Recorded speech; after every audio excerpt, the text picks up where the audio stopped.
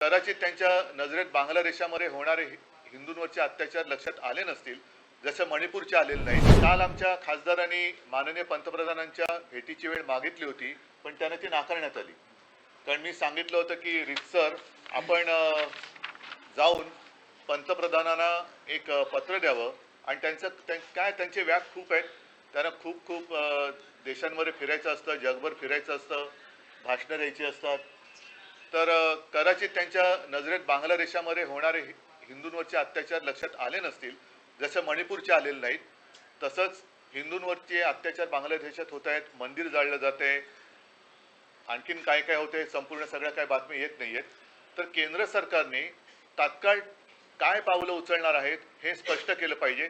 बाकीच्या चर्चा तूर्त एक दिवस बाजूला ठेवा आणि संसदेमध्ये बांगलादेशात होणाऱ्या हिंदूंवरती अत्याचारांबद्दल केंद्र सरकारची नेमकी भूमिका काय आहे आणि आपण काय पावलं उचलणार आहोत